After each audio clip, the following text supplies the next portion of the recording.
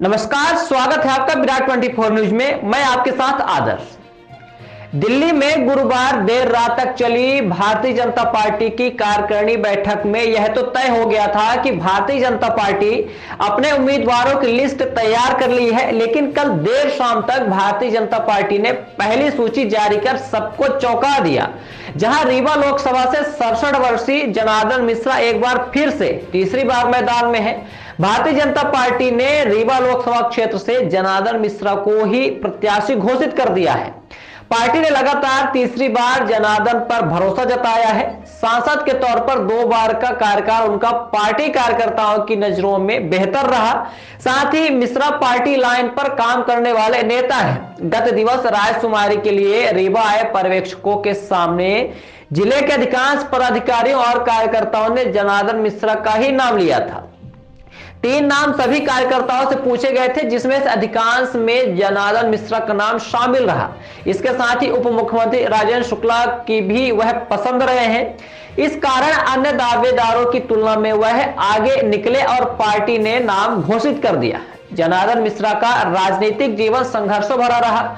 शुरुआती दौर में वह समाजवादी आंदोलन से जुड़े रहे, मीसाबंदी भी रहे हैं। राजनीतिक शुरुआत अपने गांव हिनौला से किया है, वहीं पर वह गांव के सरपंच भी रहे और वहीं से राजनीतिक जीवन को आगे बढ़ाया।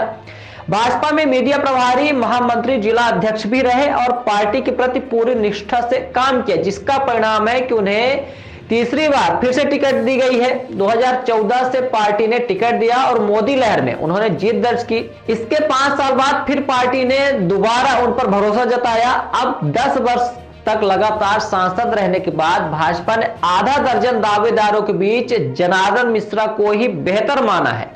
जनार्दन मिश्रा का कहना है कि उन्होंने स्वयं के लिए पार्टी से टिकट नहीं मांगी। पर्यवेक्षकों ने कहा था कि कार्यकर्ताओं और जनता के फीडबैक में यदि नाम आया तो ठीक है, अन्यथा वह किसी तरह से दावेदारी नहीं करेंगे। कहा कि विकास ही हमारा मुद्दा है। वहीं पर आपको बता दें कि सबसे बड़ा फैक्टर यह है कि जनार्दन मिश्रा को तीसरी बार आखिर टिकट क्यों दी गई। तो बता दें आपको, जिला ब्राह्मण बाहुल्य है और लगातार 2 मतों के अंतर से रीवा सीट से सांसद है। 2 पंचवर्षीय से राजनीतिक अनुभव का लाभ तो मिला ही, साथ ही उप मुख्यमंत्री राजेंद्र शुक्ला की पसंद भी माने जाते हैं, जिसका फायदा मिला है जनार्दन मिश्रा को। रीवा ब्राह्मण बाहुल्य है लोकसभा क्षेत्र। यह जिले में ब्राह्मण मतदाताओं की संख्या देखा जाए तो लगभग 40% है, जो कि जीत हार के अंतर को तय करती है। कुर्मी पटेल 8%, वहीं हरिजन 10%, तो आदिवासी 19%, क्षत्रिय वोटर 5%, वैश्य समाज से 3% व अन्य या फिर बात करें अति पिछड़ा 15% वोटर है। जनार्दन मिश्रा का 10 वर्षों का कार्य सामान्य रहा। इस बीच उन्होंने स्वयं के स्तर पर भी सक्रियता बनाए रखा और आम लोगों के बीच सहज तरीके से पहुंचते रहे। स्वच्छता को लेकर उन्होंने शहर से लेकर गांव तक लोगों को जागरूक किया।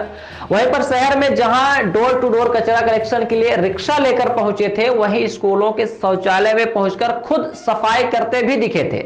वहीं कुपोषण पर भी काम किया और सहज तरीके से वहीं सहीजन मुनगा के पेड़ है गांवों में रोपने के लिए लाखों की संख्या में पौधे तैयार कराए, वहीं पर वितरित भी किए और पौधे रोपित भी कराए गए। उन्होंने कृषि के परंपरागत तरीके में आधुनिक तकनीक का इस्तेमाल व देशी पशुधन की गुणवत्ता में वृद्धि करने, दूध उत्पादन में वृद्धि पर जोर दिया।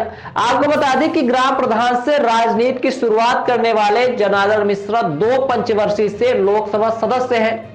वे इस दौरान पर्यावरण मंत्रालय, वन और जलवायु परिवर्तन संबंधी परामर्श समिति के सदस्य, कृषि स्थायी समिति के सदस्य, लाभ के कार्यालयों पर संयुक्त समिति के सदस्य एवं अधीनस्थ कानून पर समिति के सदस्य चुने गए। सांसद जनार्दन मिश्रा अपने बयानों के चलते कई बार राष्ट्रीय स्तर की सुर्खियां भी बटोर चुके हैं। कभी आरक्षण के मुद्दे पर दिए बयान के चलते चर्चा में रहे, तो एक बार IAS ऑफिसर को जिंदा दफनाने की धमकी देकर भी सुर्खियां बटोरे। पंचायतों में होने वाले भ्रष्टाचार को वह सहज स्वीकार करते रहे।